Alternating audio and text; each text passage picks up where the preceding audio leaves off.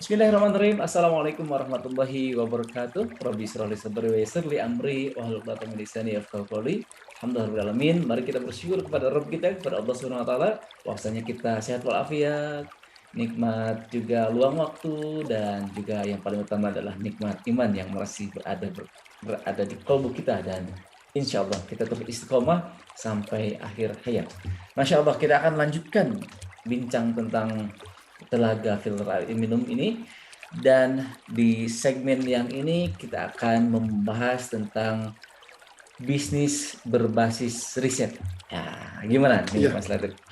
Lebih tepatnya adalah bagaimana Bagaimana membangun bisnis berbasis riset. Betul. Ya, judulnya itu. Betul. Oke, Kang Faris pengen ngobrol dulu nih. Boleh. Kalau Kang Faris mau memulai bisnis, biasanya yang terpikir apa? Ya. Umumnya yang paling dekat dulu kan? Betul, yang paling dekat dulu. Kalau jago masak, biasanya bisnisnya nggak jauh dari kuliner. Betul. Bikin ayam geprek pedas. Yang lagi hit sekarang nih. Atau bikin makanan apa, bakso beku apa gitu ya? Oh, frozen ya? Frozen gitu ya. Iya. Kalau jago ngedesain baju, mungkin terjun bisnisnya bikin desain baju gitu ya. Desain baju yang keren-keren lah gitu. Kalau jago kerudung atau jago baju muslimah, itu yang diterjuni. Iya, betul. Itu oke, 100% baik gitu ya. Tidak ada masalah. Iya. Nah, tapi dalam kesempatan ini saya ingin sharing yang sudah pernah saya lakukan, yang sudah pernah saya alami. Kita coba dari perspektif yang lain. Jadi dari bisnis yang agak berbeda dari itu. Agak berbeda ya? Yaitu bisnis berbasis riset. Apa itu bisnis berbasis riset? Yaitu sesuai dengan namanya, memulai bisnis itu dari riset. Dan riset itu adanya di perguruan tinggi atau lembaga-lembaga riset. Di Indonesia ada lembaga-lembaga riset, misalnya BPPT, Puspiptek, lalu LIPI barangkali. Yang di situ peneliti-peneliti, orang-orang pinter top gitu ya. Ketika kami dulu ikut inkubasi di Puspiptek, di kawasan Puspiptek itu, kami diceritakan oleh Kepala Puspiptek bahwa di sana itu ada 5.000 orang pegawai, ada 500 orang dokter, lalu ada 500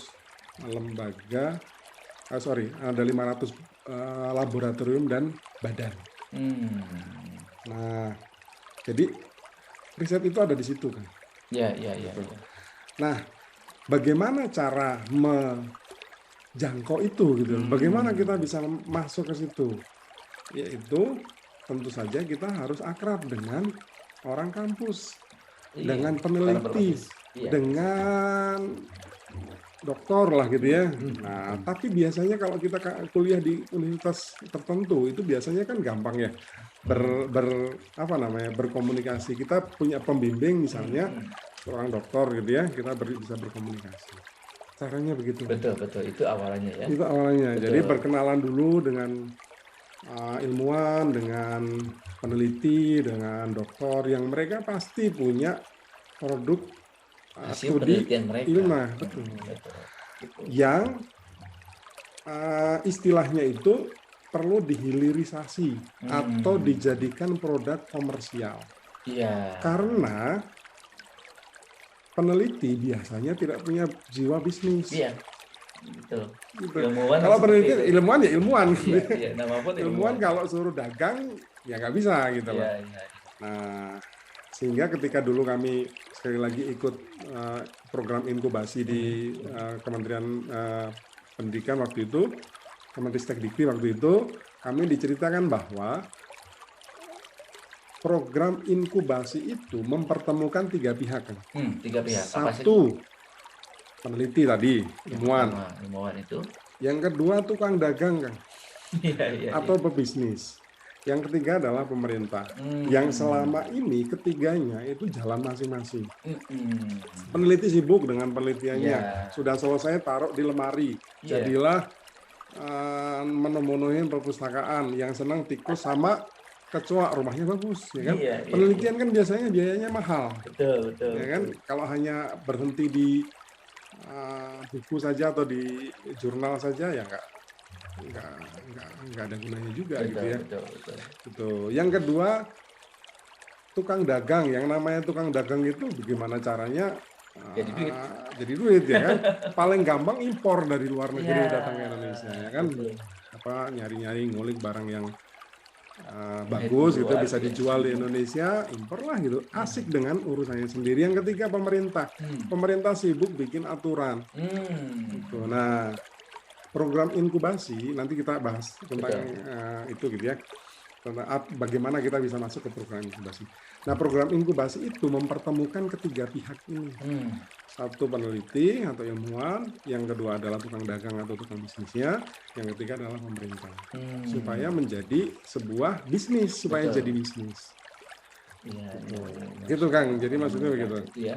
Nah, terus selanjutnya memulai bisnisnya seperti apa tuh? Nah, tentu bisnis itu memilih bisnis itu tentu diutamakan yang kita suka. Betul, itu kembali lagi ya. Betul. Kalau senangnya misalnya pemrograman gitu atau internet atau aplikasi ya mungkin bisa terjun di bidang itu. Tetapi tetap sebaiknya bekerja sama dengan ilmuwan tadi.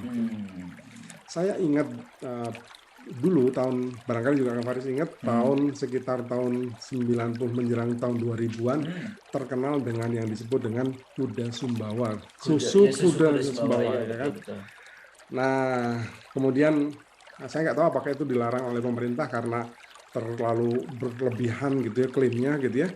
Tapi ternyata ada teman saya yang seangkatan ikut program inkubasi di Kemenristek-Dikti itu meneliti khusus tentang itu kan. Dia sekolah khusus jadi dokter untuk meneliti susu kuda Sumbawa itu gitu. Dia menemukan ada bahan aktif, saya lupa namanya, bahan aktif di dalam susu itu. Nah, kemudian dia menjadikan itu sebuah industri dan sampai sekarang dia ya alhamdulillah cukup sukses untuk itu. Itu salah satunya. Iya. Gitu, meskipun juga kalau yang dilakukan namanya Ibu Diana, Ibu Diana itu mungkin juga nggak mudah juga dilakukan oleh banyak orang itu. Tapi kalau yang lebih mudah untuk dilakukan oleh banyak orang, kita tentu yang tadi saya ceritakan Kang Faris. Jadi kita dengan dosen kita sharing atau kita kenalan dengan yang lain gitu ya. Nah, tahap berikutnya setelah itu ikutlah program-program inkubasi yang sekarang banyak diselenggarakan oleh pemerintah dan perguruan tinggi. Sekarang perguruan tinggi besar itu punya biasanya program inkubasi. Program inkubasi itu penting. Kenapa? Karena pengalaman saya sendiri nih, Kang. Selain saya mendapatkan pembinaan, terus kemudian kantor, juga yang salah satu yang penting yaitu laboratorium. Kalau kita harus modal sendiri datang ke laboratorium uji dan sebagainya itu biasanya harganya sangat mahal. Gitu. Nah, di Puspitek yang tempat kami dapat inkubasi itu meskipun bayar biasanya biayanya lebih murah dan karena kita warga situlah gitu ya. Warga situ kita punya kantor di situ biasanya dan aksesnya lebih gampang. Betul. Nah, ini yang ketiga adalah bagaimana kaitannya dengan pemerintah. Jadi pemerintah melalui lembaga-lembaga riset itu punya program untuk membesarkan lah gitu, membantu istilahnya itu menginkubasi para pengusaha pemula yang ingin serius berwirausaha di bidang teknologi. Ada banyak program-program, salah satunya adalah CPPBT, calon pengusaha pemula berbasis teknologi. Ada PPBT, pengusaha pemula berbasis teknologi. Nah, saya yang sudah pernah ikuti adalah PPBT itu. Gitu. Caranya gimana supaya ikut itu? Ikuti medsosnya, Kang. Jadi misalnya Balai Inkubator Teknologi itu punya medsos gitu ya. Dia mengumumkan bahwa tahun ini akan menyeleksi sekian tenan, istilahnya tenan baru gitu ya. Lalu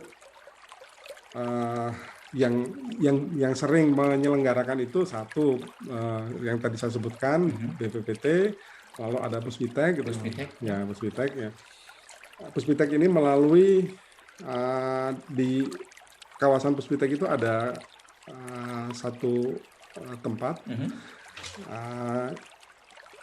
yang khusus dibangun untuk pengusaha pemula berbasis teknologi itu. Ya, gitu Kang. Peran pemerintah ya dalam pengembangan bisnis untuk yang berbasis riset itu. Ya, betul. Nah, apa contoh produk-produk atau teknologi atau bisnis yang sudah mature gitu ya, sudah terkenal gitu ya. Salah satunya barangkali yang akrab sekarang ini adalah Genos ya. Genos itu salah satu produk yang untuk mendeteksi positif atau tidak COVID gitu ya, menggunakan hembusan nafas ya. Itu kan awalnya dari UGM. Betul, dari UGM. Betul. Nah, itu salah satu contohnya gitu. Gitu Kang ceritanya kan. Betul, Masya Allah. Jadi kita pun sahabat semua yang di dunia akademisi ya hasil penelitian doktoralnya coba dikembangkan, dimasukkan, disinergikan dengan dunia bisnis. Nah, mudah-mudahan bisa lebih manfaat untuk masyarakat ya. Betul. Betul sekali. Dan peluang itu besar, Kang. Kenapa besar? Saya pernah ikut di salah satu pertemuan di Bali, di forum kerjasama. Waktu itu dihadiri oleh anggota dewan, terus kemudian ada beberapa pejabat pemerintah seperti gubernur, wali kota dan sebagainya. Nah, Ibu anggota dewan DPR RI ini menyampaikan bahwa Bapak Ibu sekalian, tahun ini, yaitu tahun 2020 pada saat itu, anggaran untuk penelitian kita itu 27 triliun. Gitu. Itu angka yang sangat besar. Untuk apa itu? Untuk menelorkan teknologi atau perusahaan-perusahaan yang berbasis teknologi. Nah, salah satu produk berbasis teknologi adalah filter air minum telaga yang sudah kita bahas beberapa pertemuan yang lalu. Iya. Nah, filter air minum telaga ini kan salah satu problem ketika kita mengembangkannya kan pengujian laboratorium. Pengujian laboratorium itu biayanya mahal. Uji lab air itu di biaya pengujiannya itu di pemerintah itu lebih murah, biasanya sekitar 800.000 gitu ya. Tapi kalau di swasta seperti di Sukuvindo itu mahal kan, 1.200.000 gitu. Nah, salah satu yang difasilitasi oleh pemerintah adalah pengujian laboratorium itu. Ya, lumayan lah itu dibantu dari sisi selain masalah biayanya juga akses terhadap laboratorium itu gitu ya. Karena kadang-kadang karena kadang-kadang kita nggak kenal sama orangnya dan sebagainya. Nah, itu biasanya dicarikan sama mereka. Lalu salah satu yang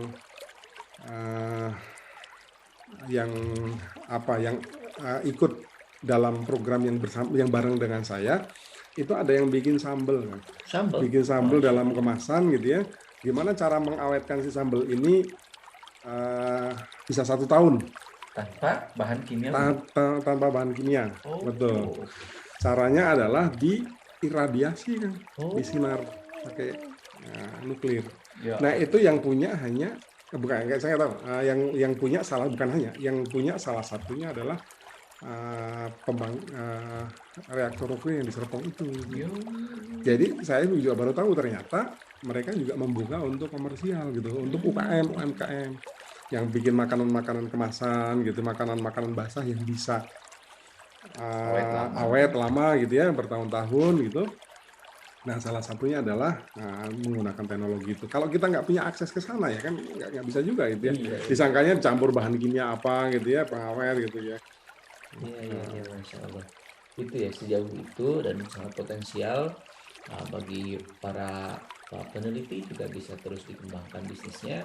Dan ini gambaran yang alhamdulillah sudah dilakukan, yaitu perihal filter tenaga air minum ini. Baik, masih ada yang kita sampaikan lagi? Ya, sebenarnya cukup Kang. Ya, baik, alhamdulillah sahabat semua, pemaparan yang sangat bermanfaat, dan tentu ini pun bisa terus di-share ke yang lainnya, bahwasanya kalau kita senang dengan dunia akademisi, ada potensi juga, tinggal sinergi saja dengan pihak-pihak terkait, dengan pemerintah, dengan para pebisnis. Insya Allah apa yang diteliti bisa dikembangkan dan bisa menjadikan income juga, insya Allah. Alhamdulillah, amin. Terima kasih, dan mohon maaf sahabat dimanapun berada. Nanti sahabat semua bisa follow Instagram dan Facebook kami. Insya Allah nanti bisa diakses dan bisa melanjutkan dengan silaturahmi. Alhamdulillah, amin. Subhanakallahumma wa bihamdika, asyhadu an la ilaha illa anta, astaghfiruka wa atubu ilaik. Bila taufik wal hidayah. Assalamualaikum warahmatullahi wabarakatuh.